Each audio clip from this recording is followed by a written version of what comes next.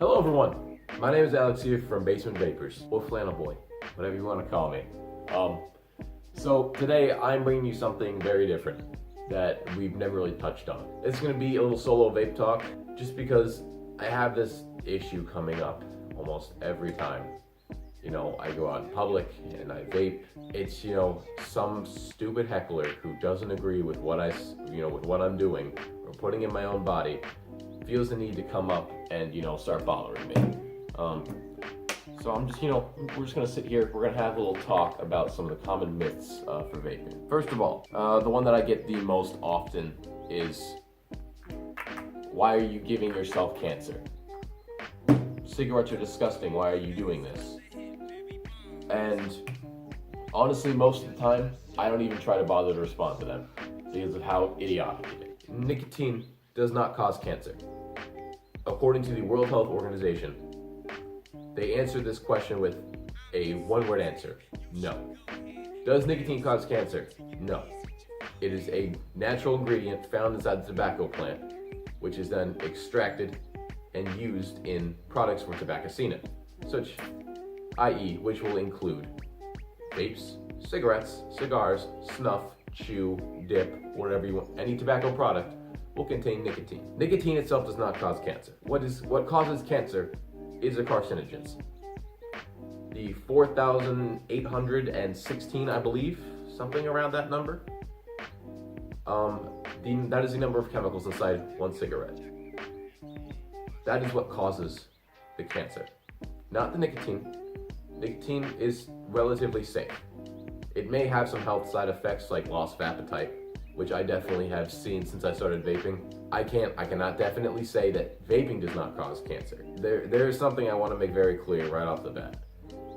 There is not much research done on any of this that poses a good light on vaping.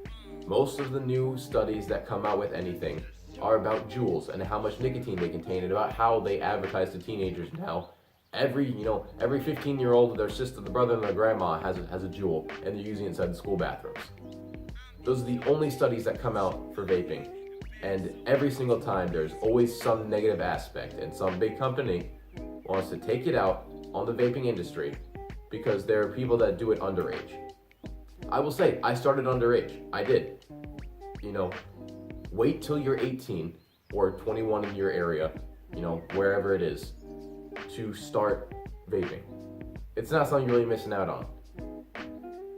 Chances are, if you're under 18, you're not really addicted to cigarettes. If you are in that predicament, well, if you're in that predicament, you are under 18, you're addicted to cigarettes. I'm not condoning switching to vaping, but it would be a much healthier alternative for you. There's no real studies showing all of the dangerous side effects of vaping. There isn't. It's just, that's a proven fact that there is much to be done research-wise to show that vaping is not dangerous or is dangerous. In the next 10-15 years, there's probably going to be some development saying that there is definitely a side effect to vaping. But right now, there's nothing saying that you shouldn't do it. Moving on to the next topic, where this isn't what I've heard personally, but I see, everywhere online. Oh, you're vaping antifreeze. You're just putting antifreeze into your body. And in fact, that is completely wrong. While propylene glycol is one of the two main ingredients in e-juice, you have vegetable glycerin and propylene glycol. Propylene glycol is the thickening agent and carries the nicotine better. Oh, the e-juice I'm using today is some grape jam monster. I picked this up back in August. So the second myth is that you're vaping antifreeze. For any of you that don't know what antifreeze is what keeps your car from freezing in the winter. It also keeps it cool in the summer. It is something that's very dangerous if consumed. And your parents always told you, if you see green liquid on the ground under the cars, don't lick it. Or at least my parents told me that. Because antifreeze is toxic. It is deadly. Or it used to be far more deadly. Where it's sweet. I'm not saying that I licked it or anything, but it's sweet. That's a fact. The antifreeze has a sweetness to it, and that's what attracts animals, because there are sugars in there that are, a byproduct of the chemicals that are in there. Animals will lick it, and they die because it's incredibly toxic. What the companies that produce antifreeze is they added propylene glycol to antifreeze, which then it made antifreeze safer for anything that it consumed, that would consume it.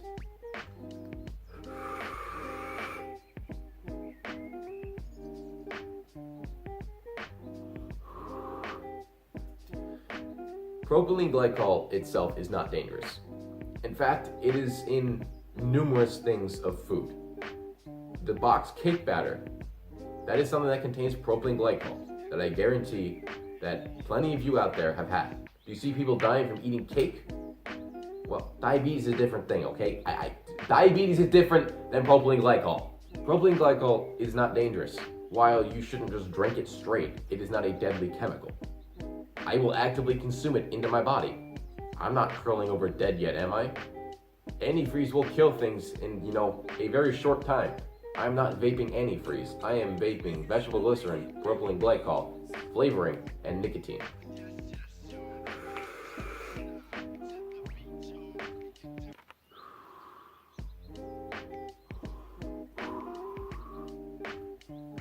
A next big one is that it causes popcorn lung.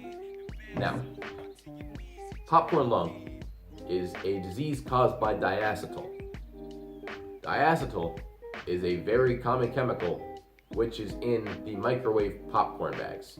It adds the buttery flavoring and the texture to it. When vaping when vaping first came out, there was a lot of things different from then to now. All the hardware was different, all of the setup and everything was different.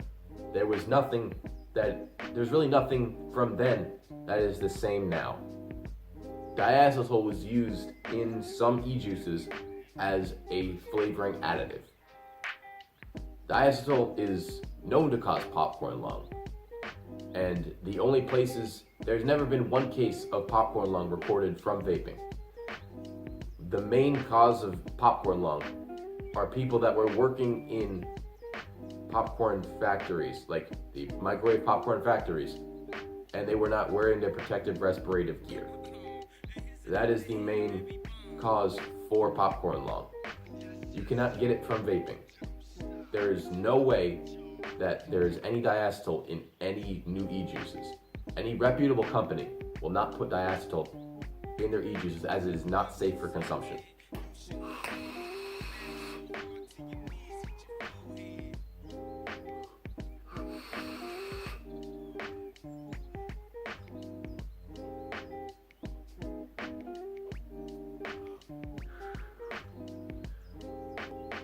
Another big one that, again, I've heard is that vaping is smoking. You really want to kill someone that vapes, you tell them that they're smoking.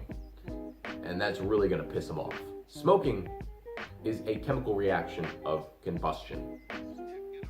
That is when a flame is lit onto something that will then catch fire and burn. Last time I checked, there's nothing that's burning in here.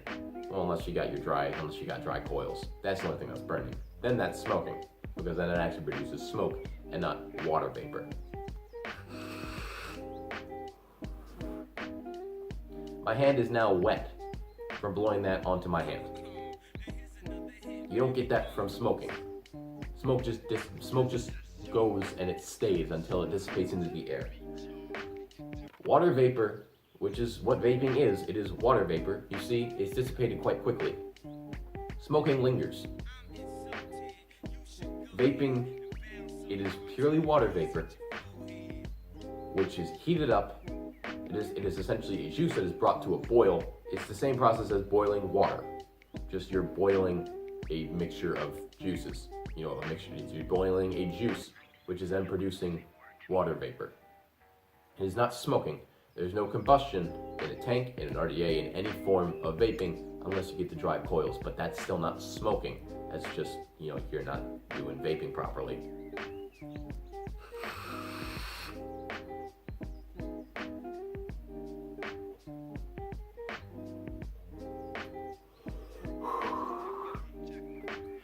Another one that I'd like to touch on is that vaping will cause secondhand smoke.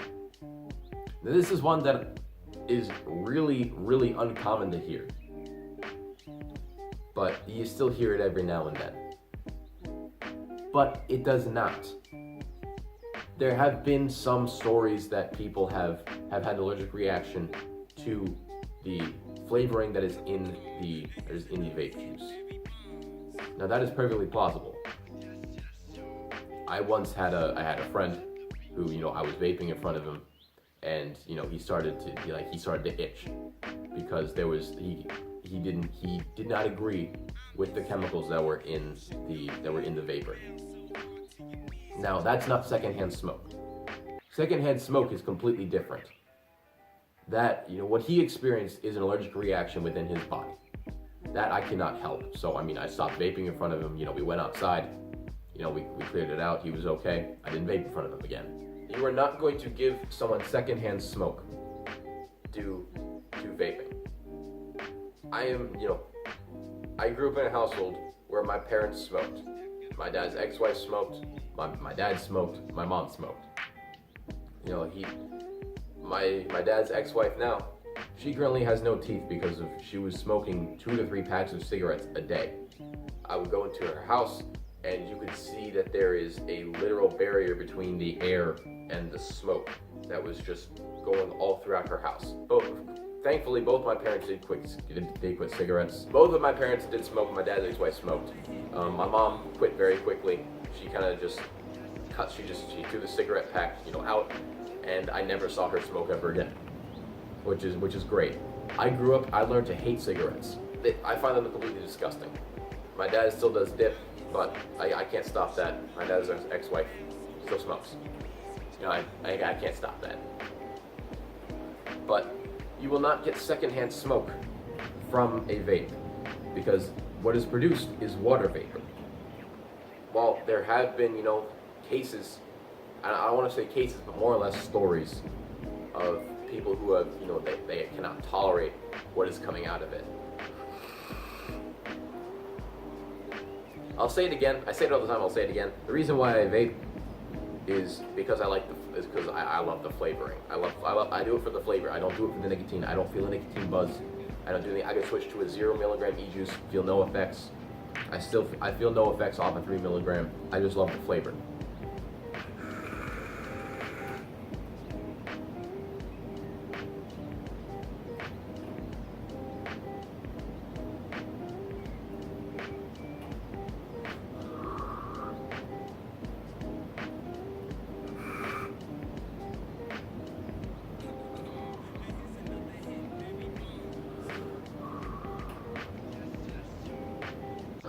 Another quick one I want to touch on is something that is very old, that really doesn't even have any real, merit today, is that vaping has formaldehyde in it. The stuff that they store dead bodies in to keep them fresh and not decompose. There was a study done a while back, and years ago, that found in some of the very early forms of devices, when they were not as regulated, not as safe as they are now, an independent company did a study where they took a device that was meant to be run at 10 watts, cranked it up to 30 watts with the coil in there, and ran it for so long that it was essentially melting the wire that was inside of the coil, and it was creating trace amounts of formaldehyde. Obviously, that's completely ignorant to do, and obviously, that shouldn't happen. This is also very long ago, when this technology was just coming out and there was nothing really to be done about it. Like now, there are so many safeguards to these things that will not let you do that. Also, getting it to that point where it would be melting the entire coil, no one would be using it that. It'd be so hot and so uncomfortable, you just wouldn't use it. You are not actively putting formaldehyde into your body.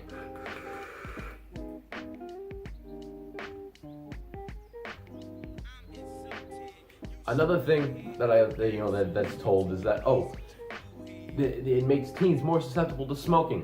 So let me pose this hypothetical thing here. Would you go from eating a $300 steak to then eating a $2 chuck roast? There's going to be a significant difference there. Obviously, the $300 steak is going to be so much better than a $2 chuck roast. Or how about this? Would you go from would you go from sleeping on your regular mattress to a board with nails in it? No. Smoking is a terrible thing. Smoking is, vaping is not a gateway into smoking. There is no way that you can go from vaping to smoking. If you want to get a higher nicotine buzz, you just get more nicotine.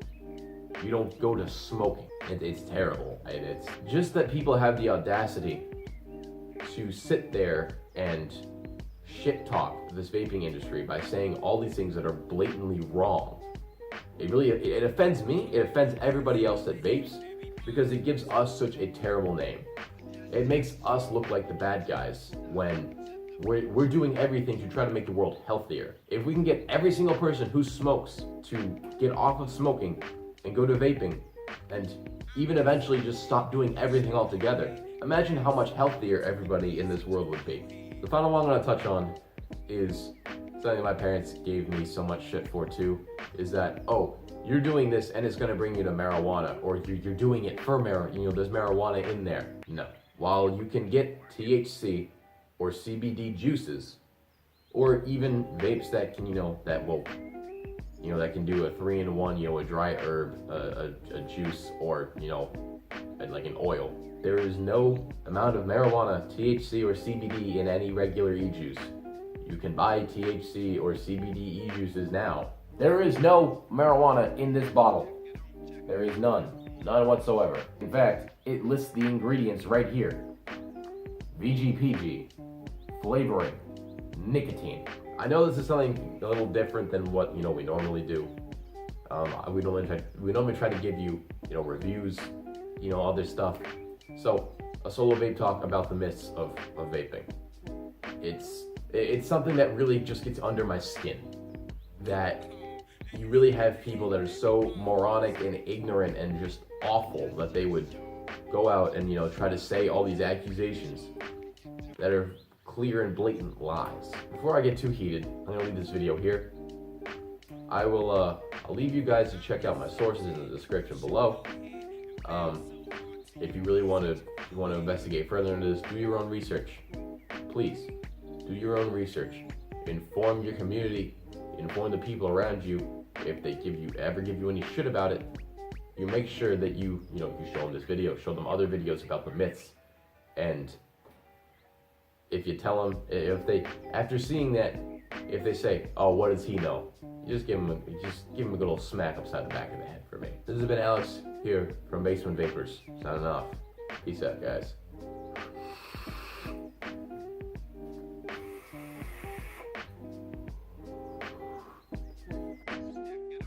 Man, that was good.